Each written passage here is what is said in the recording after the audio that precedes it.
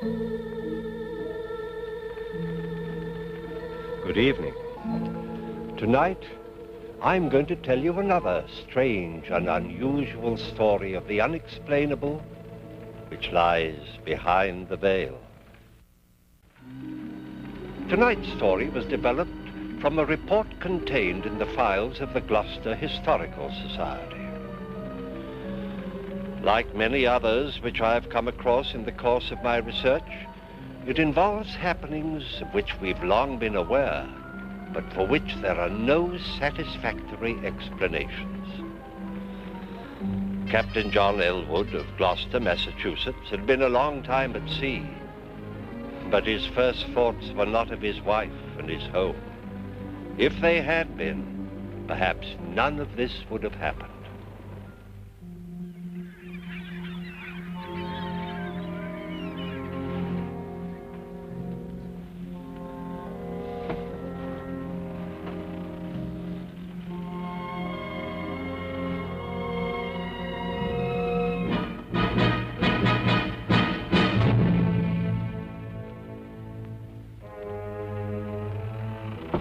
Come in. Here's the log, Captain. Everything's in order, sir. Thank you, Mr. Elwood. The crew's anxious to leave, sir. Most of their wives are waiting for them on the wharf. Indeed. The way they're behaving, you'd think we were months overdue instead of just 2 weeks. They've likely heard of our trouble with the snakes, sir. Happy to see us alive.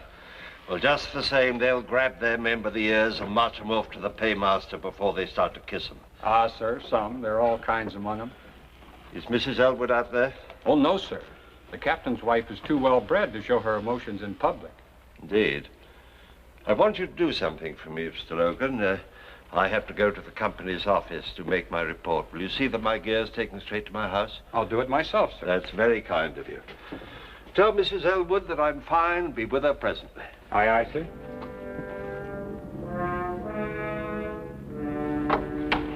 Just put it anywhere here, Mr. Logan. I do appreciate your coming. I was so worried, what with the hurricane and reports of the plague. Oh, it wasn't the plague, ma'am. Oh? Well, just a lot of poisonous snakes that came aboard while we were in Florida. There was talk that some of the men died. Aye, 2 seamen. 3 others were bitten, but we saved them. It must have been a terrible experience. We were finding snakes, ma'am, all over the ship 2 weeks after leaving the wharf. Did the captain say how long he'd be?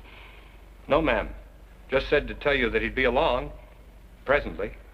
Well, best be getting his dinner. Yes, ma'am. Thank you kindly, Mr. Logan. You're welcome, ma'am.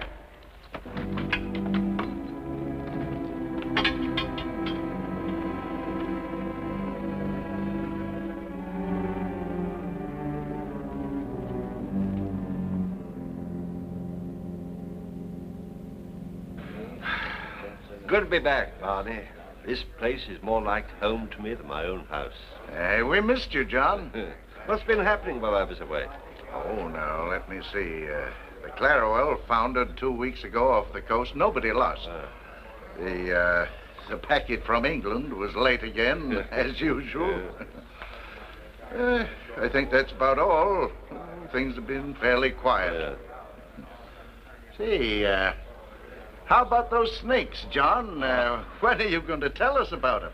As soon as I get something to wash the salt out of my throat. Oh, yes. Bessie! Coming! Coming!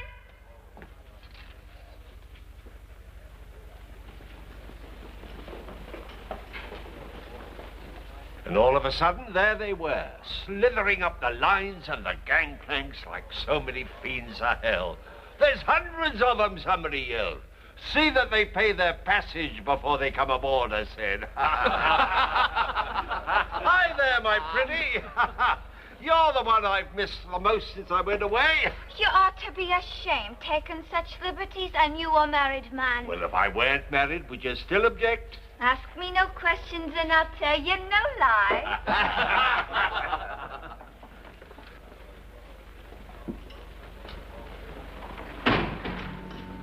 Afternoon, Mrs. Elwood. Good afternoon. I'd like a bottle of that Spanish wine that Captain Elwood favors. I think he'd enjoy it with his dinner. Be supper more than likely, ma'am. Club's having dinner in his honor. But I'll get it for you.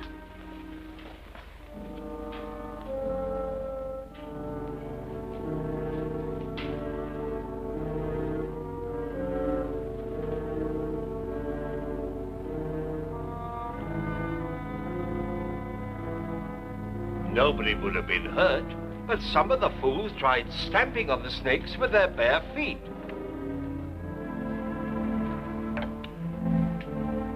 Excuse me, gentlemen.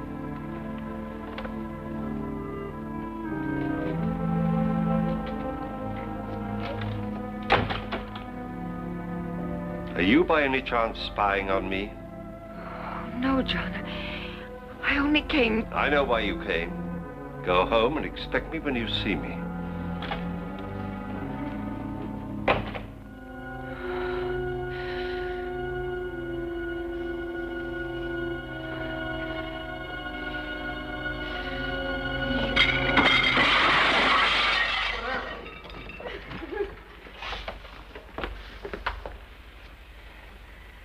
You may charge the spoilage to me, Captain Barney.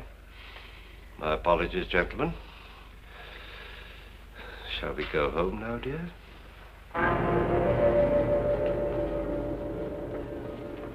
You humiliate me in front of my friends. You spy on me. I'll never do it again. But I wasn't spying, I swear it. I only wanted to get a bottle of wine for your dinner. And the table. Was that part of your affection? I don't know what came over me.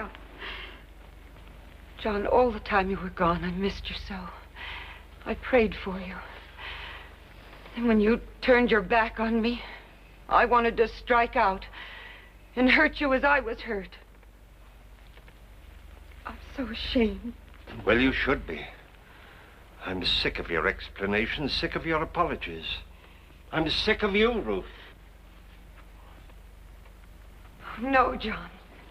Leave me something. Ever since I married you, I've been trapped. And for what?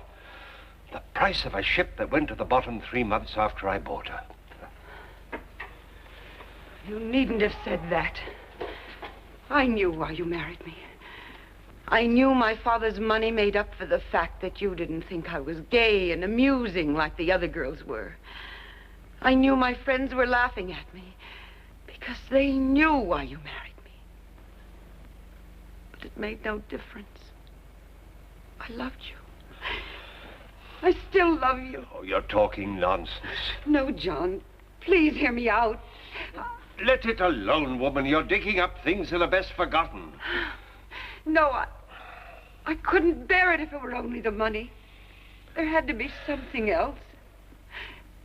John, maybe it's not too late. Maybe we could start all over. Oh, Ruth. John, I'm drying up into a bitter old woman. Help me. Please.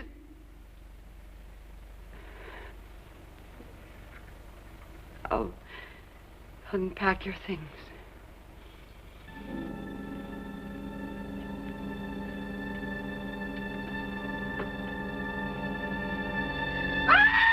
What's the matter? A snake! It ain't get me! What? Oh.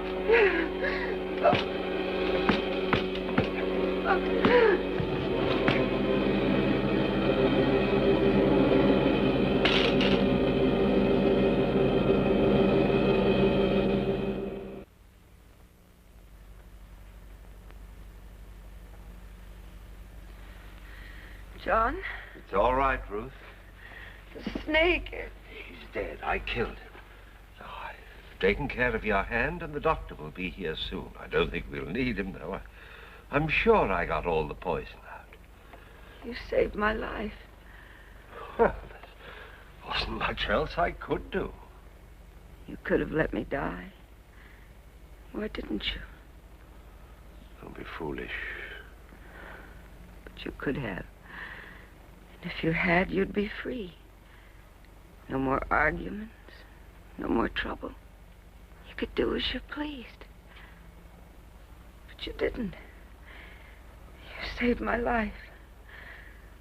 Oh, John, maybe we can start all over. Maybe.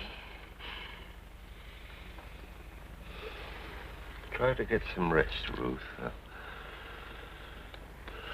I'll get you something warm to drink.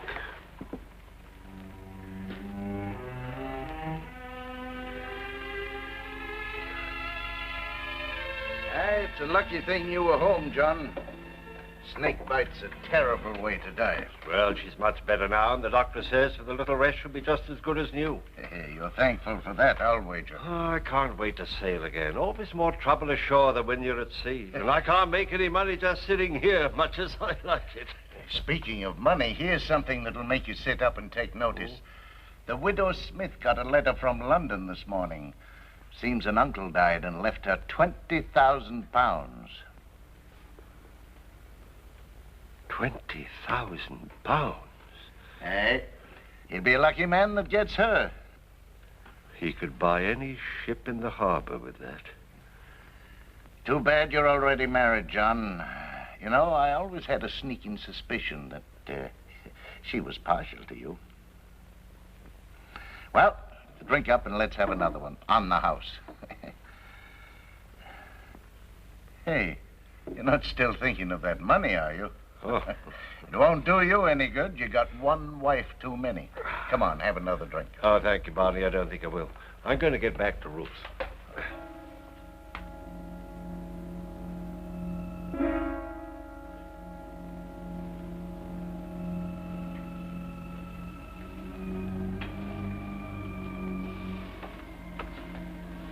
Ruth? Yes, dear? I've been thinking over what you said. Maybe what happened this afternoon is a sign for both of us. We will make a fresh start. Oh. By Harry, I'm going to take you with me on the next voyage. I'll fix it all up with the owners in the morning. Oh, John, I love you for the thought. Are you sure you want me to come along? Why, of course I do. Oh, I've been very selfish about the whole thing. Seeing new places, doing new things, and you've just been left alone here in this old house. No wonder you were unhappy. No, it's not that at all. I love our house. Well, you want to come with me, don't you? Yes, of course I do. But I warn you, I'm not very good on boats. Huh? I get sick. Oh, nonsense. Couple of days at sea and you'll be just like a regular old sailor. Besides, I want you to come. John, you won't be sorry. From now on, things will be different. Yes. From now on, things will be different.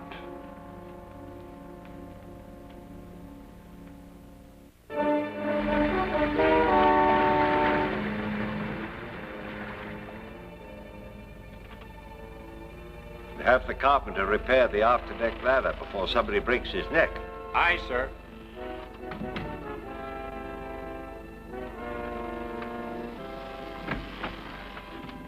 How are you feeling, Ruth? I'm much better, John. Good. I'm better. Good. The cook's made you some more of his specialty. Another calm day like this and you'll be completely well. I didn't mean to be such a burden to you, John. You've been very patient with me. Ah, nonsense. I should have brought you before. You've no idea what a comfort you've been. No idea how lonely a captain's life is. Oh, I should like to be with you as often as you'll let me. So you shall, my dear. Don't let your tea get cold. You know, I dozed for a while and I had the strangest dream. Oh, I hope it was a good one. Yes. I dreamt this was our old ship. And instead of cotton, there was money in the hold. Well, I couldn't improve on that myself. We were so happy in the days when we had money, John. I find I'm thinking of them more and more since we left home. But when I'm well, things will be different, John. You'll see. Yes, yes. Yours. You're not very well. You'd better come and lie down and get some rest. I didn't mean to get sick, John. All right. I didn't want to get sick. I'm such a burden to you. I should have stayed home. I should have stayed at home. Try to get some sleep.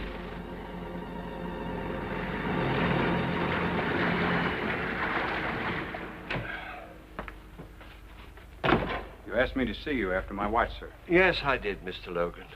Frankly, I'm very worried about my wife's illness. You've always been handy round the sick, and, well, frankly, I thought maybe two heads be better than one. Yes, sir. I wondered if you'd take a look at Mrs. Elwood, too. I'd be glad to do anything for the missus, sir, if I can. Good.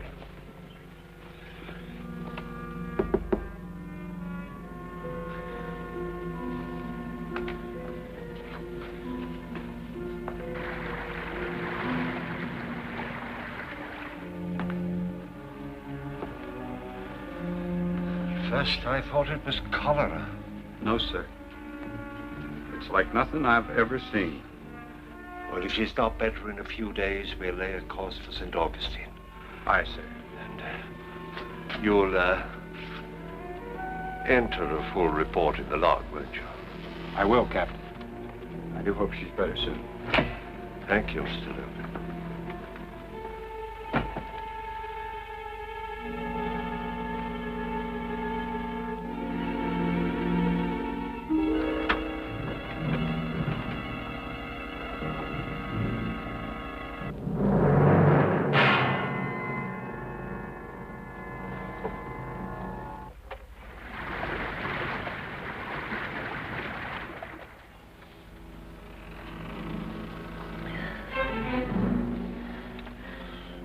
Are we to St. Augustine, John? We hit some rough weather during the night. Slowed us up. Rough weather? I didn't even feel it. You were unconscious, I'm afraid. We must get there soon, John. We will, dear, we will. Now try to get some rest. I have to go up on the bridge.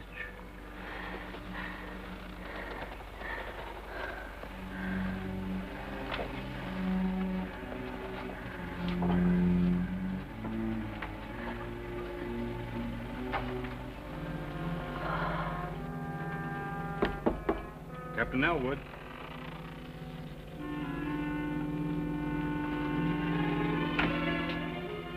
Sir, we're way off our course to St. Augustine.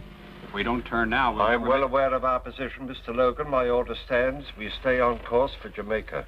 But I looked at Mrs. Elwood yesterday, sir. She won't last that long. My wife and this ship are my responsibilities. She'll be alive when we get to Jamaica, I warrant it.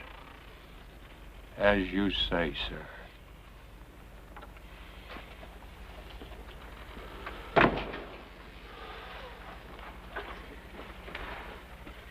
Get back in there.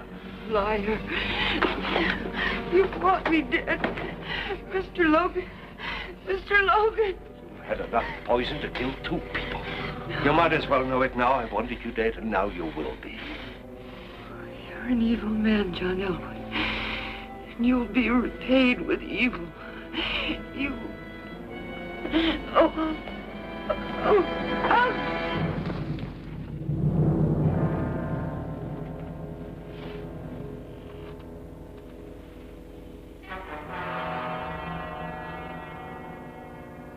John, you can't spend the rest of your life in mourning. You got too many good years ahead of you. I miss her, Barney. Oh, of course you do. It's only natural, but you've got to start thinking of yourself. Ruth wouldn't want you to become a hermit. It's lonely without her. But at your age, that can't last forever. The widow Smith has been visiting you, hasn't she? Yeah, she's been very kind. She knows what it means to lose someone you love. She's a fine woman, John. I think she's got her eye on you. Oh, nonsense, Barney. I'd never think... Oh, I'll give you a year. Nobody expects you to wait longer. And, John, it's time you got out of the house, now. Think so? I do. We're having supper tonight in honor of a new member. Your old first mate, Logan. You've got to come, John. He'll be expecting you. Oh, I don't know. I'm giving you orders. Now stop acting like a lost puppy. All right, Barney, if you say so. I do, sincerely. Now it's time for me to get back to the club.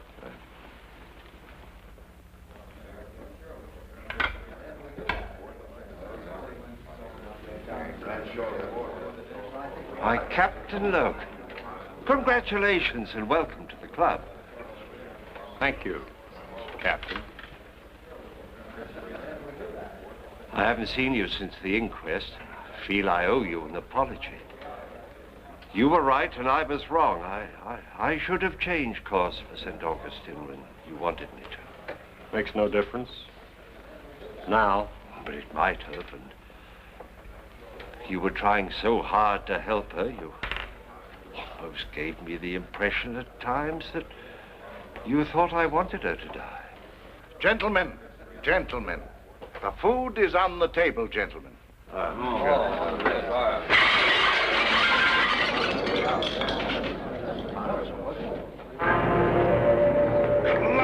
wench. I didn't do it, sir. I didn't.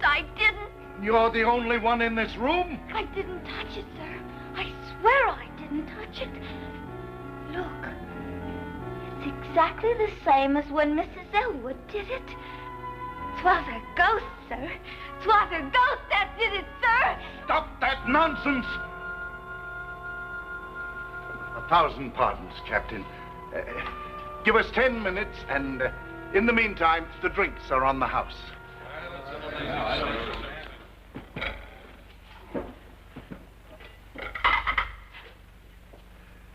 Now, get out, both of you.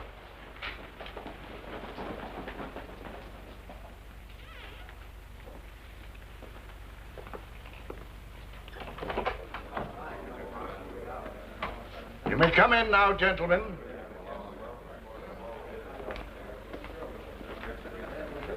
Twas the girl did it, gentlemen. Saints preserve us. 'Twas her ghost. Her ghost. No. You fools, are you frightened by a superstitious servant girl? Barney Logan, help me, I'll show you it's nothing.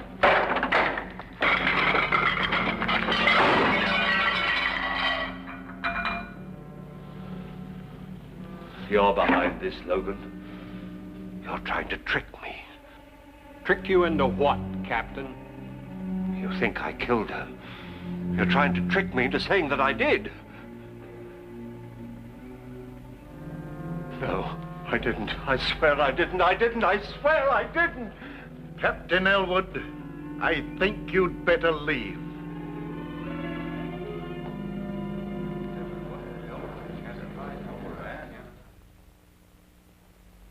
Aye, he finally got a ship, if you could call it that. No other master would sail her around the harbor. She leaked like a sieve, and her crew, well, I wouldn't sail with them across a mill pond. But 'twas all Elwood could get, so he took her. Captain Barney. Gentlemen, have you heard? It's the Coberly. The That's Elwood's ship. Aye, her crew's just been brought into the harbor. What happened?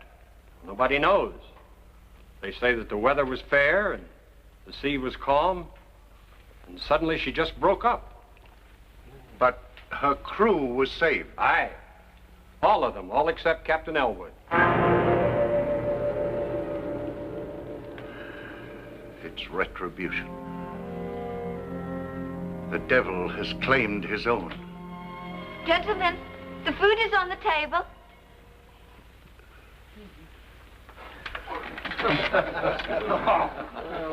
Again. There it goes. The law demands an eye for an eye. He who takes a life must be prepared to forfeit his own. But the law is man-made, and when there is no proof, the law is helpless. Captain Elwood never came to trial. Nevertheless, he was found guilty and executed. Who was his executioner? We may never know. But an unseen force that can overturn a heavy table is not to be reckoned with lightly. Please join me again for another journey into the world of the unexplainable which lies behind the veil. Good night.